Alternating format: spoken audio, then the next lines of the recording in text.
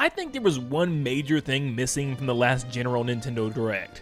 No, not Mario this time, but more Zelda. Yes, we did get the announcement of the Ocarina of Time remake, even though it was very small. We got the announcement, which was pretty cool, but I think a lot of us were expecting a lot more for Zelda. I think with the show being 50 minutes in length, which is slightly longer than its normal 45 minutes, we thought we would be getting something to celebrate the anniversary. I mean, they did it for Mario back in September, where they had a whole 15-minute segment before the show even started, showing off things that they were doing for Mario. Shoot, even 5 years ago, Nintendo closed off the Direct with a big segment for Zelda, showing things like Skyward Sword HD, a Zelda-themed Game & Watch, and even a sneak peek at the future Tears of the Kingdom game. But like I said, this year has been different. They literally just closed the show off with like a 1-minute trailer showing off some tapestry telling the story of Ocarina of Time, and then showing young Link laying in his bed.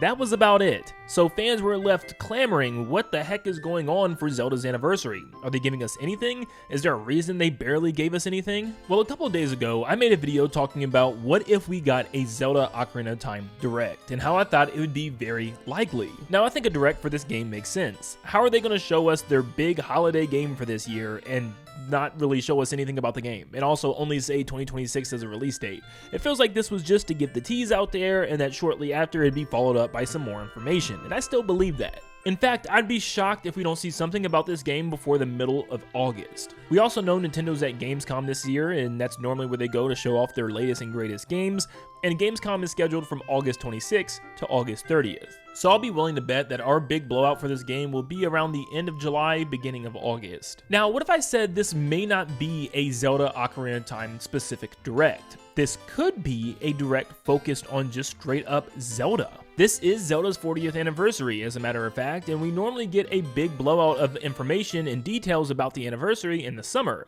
Nintendo hasn't really given us anything yet, and we really just know about Ocarina of Time. Now, there is a small chance that maybe Ocarina of Time Remake is literally all we're getting for the anniversary, which I think for a lot of us would be a-okay still.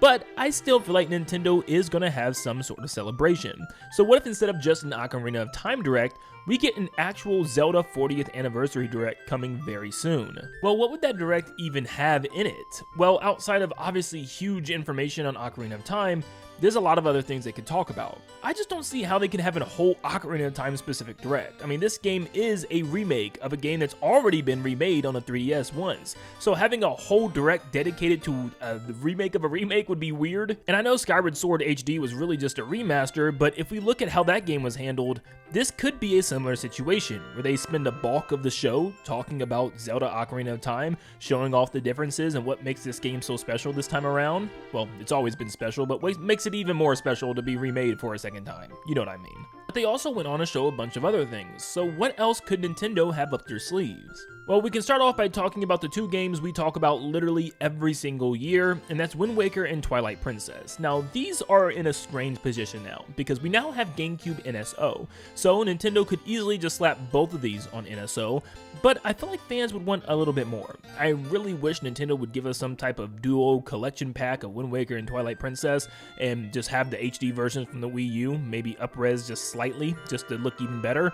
That's all fans would really want, honestly, but I don't think Nintendo's gonna do it. Instead, just like Wind Waker's on NSO, they're gonna slap Twilight Princess on NSO. I feel like that's very likely. Even though this was a dual release with the Wii and the GameCube was the lesser hardware of the two, they're still probably just gonna slap this thing on GameCube NSO, which I think still a lot of fans will be happy to have an option to play this on Switch finally. Honestly, I really hope Nintendo does this to finally get these games out so we can stop hearing people talk about them. Like, yes, I love Wind Waker and Twilight Princess as well, just as much as the next person, but man, I think these games are going to be stuck on the Wii U, and you're just going to have to get the original versions of them on the GameCube NSO, which might be the closest we get until like years and years later Nintendo does what they did with Ocarina of Time with like Majora's Mask and Wind Waker and Twilight Princess. I'm sure we're going to get like super ultra 4K versions of all these games sometime in the future. That's just what Nintendo does. And along with Twilight Princess, they can also drop The Legend of Zelda 4 Swords Adventure. I never was able to play any of the 4 Swords games simply because I never had the technology to do so on my GameCube issue with all the link cables and everything, and also I didn't have other 3 friends that loved Zelda the way I did, so this never really happened. This is one of the few Zelda games I've never played, so this would finally be an awesome way for people to finally experience this. I believe you could also play it in single player as like one giant group of links that's always connected together, but man, I would love the option to be able to play it online with 3 others, which it's gonna have to probably be 3 friends again, but still, I'll take it. And as far as old games coming back, I feel like this is enough. 4 Swords Adventures, Twilight Princess, and then a full remake of Ocarina of Time is more than I think anybody would have asked for. Well, what else could they show here? Well, we know Nintendo is known for giving us at least something Zelda related every single year, so maybe they can tease next year's project. I think we can all assume that the next mainline 3D Zelda is still many years away, so we know it's not happening in 2027, so maybe get us a glimpse of what else they're doing in 2027. Maybe another remake or a remaster of an older game. For instance, I would love to see a top-down 2D Zelda like Link Between Worlds make a return. I think this would fill the gap nicely for next year, or maybe Nintendo has another top-down or spin-off Zelda game already in the works for next year.